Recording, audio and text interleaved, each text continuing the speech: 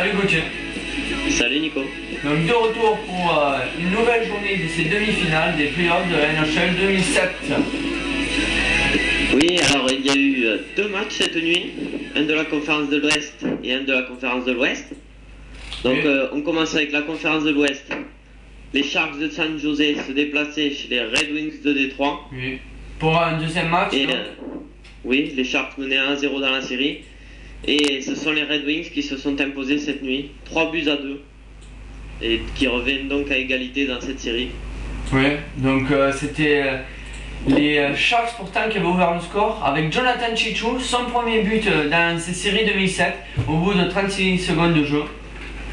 Oui, 36 secondes de jeu et ensuite 4 minutes 17 de jeu. Joe Thornton pour le deuxième but des Sharks, 2-0. Oui. Et à partir de ce moment-là, les Sharks n'ont plus marqué et c'est les Red Wings qui ont commencé à marquer avec un premier Henrik Zetterberg à 17 minutes de jeu dans la première période. Oui, ensuite deuxième période, pas de but. Et 1 minute 23 dans la troisième période, c'est Cleary en infériorité numérique pour les Red Wings qui leur permettait de revenir à égalité. Oui. Et alors après, il faut attendre la fin du match. Presque 1 minute 30 de jeu à jouer et c'est Pavel Datsyuk qui met le troisième but des Red Wings significatif de victoire. Oui, but victorieux, donc Oui. les Sharks n'ont pas pu revenir. Non. Donc au niveau des tirs, petite domination de Détroit.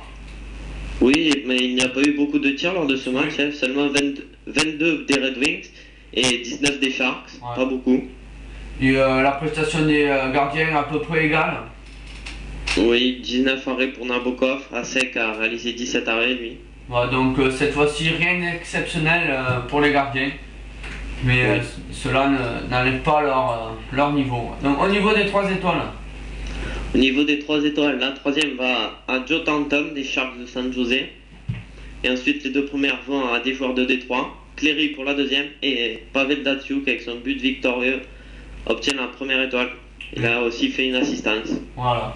Donc voilà, comme tu l'as dit, il y a un partout dans cette série. Il y a aussi un partout dans la série dans l'Est, là, entre Ottawa et New Jersey qui s'affrontaient pour la deuxième fois hier soir. Oui, lors du premier match, c'était les Senators qui s'étaient imposés 5-4. Et là, hier soir, deuxième match, les Devils, devant leur public, se sont imposés sur le score de 3-2. Oui. Donc c'est d'ailleurs qui avait ouvert le score. 2 minutes de jeu, Brian Gionta en avantage numérique qui ouvre le score avec à noter c'était une passe de Patrick Elias, lui qui avait été blessé au dernier match et qui est revenu là. Oui. Ensuite, à 1 seconde de la fin de cette première période, les Devils qui doublaient la mise grâce à Brilin en avantage numérique. Oui. Et ensuite, il faut attendre 5 minutes de jeu presque dans la deuxième période pour voir les Senators ouvrir le score avec Daniel Alfredson en avantage numérique encore une fois. Oui, ensuite, plus de buts. Et à 27 secondes de la fin de cette rencontre, Danny Hitley pour les Senators égalise. Oui. Donc il a allé chercher les prolongations. Oui. Et d'ailleurs, première mi-temps des prolongations, il ne s'est rien passé. Il faut attendre 2 minutes de jeu dans la deuxième période des prolongations pour voir Langenbrunner des Devils marquer le troisième but significatif de victoire là aussi. Oui. Donc au niveau des tirs, domination des Senators pourtant. Oui, 45 tirs pour les Senators, 33 seulement des Devils. Oui. Et on a retrouvé Brodeur avec un niveau comme on le connaît. Oui, avec 43 arrêts, très beau match de Martin Brodeur. Oui. En face, Emery lui a réalisé 30 arrêts. Et d'ailleurs, on retrouve Brodeur dans les 3 étoiles. Oui, il obtient la troisième étoile. Ensuite, la deuxième va à Danny Hitley grâce à un but. Oui. Et la première étoile, Jamie Langenbrunner pour le but victorieux. Oui, victoire logique. Il obtient la première étoile. Tout comme dans le match de Détroit, celui qui a marqué le but victorieux a fini première étoile. Oui. Donc voilà, ça c'était pour la conférence de l'Est. Donc récapitulatif dans ces deux conférences au niveau de l'Est. Au niveau de l'Est, les Senators et les Devils sont à égalité, un match partout. Oui. Et dans la deuxième ensuite, rencontre dans la deuxième rencontre de l'Est, c'est les Sabres qui mènent 2-0 face aux Rangers. Donc Alors, ce soir, troisième match de cette série. oui. Et alors que dans la conférence de l'Ouest, tout le monde est à égalité. Oui, tout le monde à égalité. Les Sharks et les Red Wings, un partout. Et les Ducks et les Canucks, un partout aussi.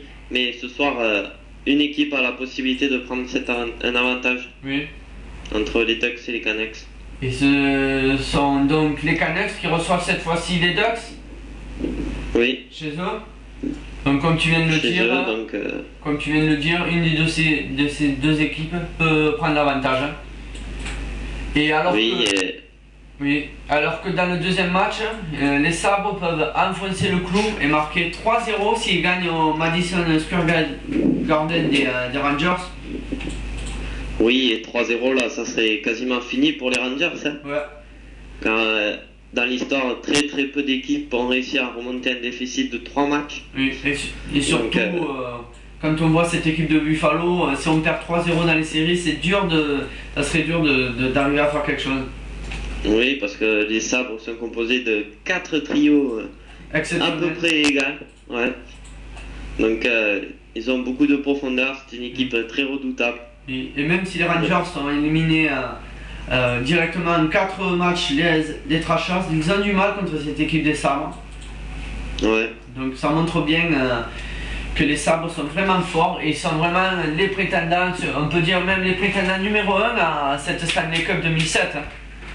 Oui, parce qu'ils ont réalisé une saison de rêve, ils ont obtenu le trophée président, Oui. récompensant la meilleure équipe sur la saison régulière. Là, ils dominent encore pendant les playoffs, Ouais. donc on peut penser qu'ils iront très très loin.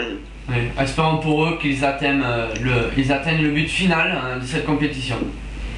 Oui. Donc voilà, c'était Nicolas Gauthier. Pour Radio Blog NHL.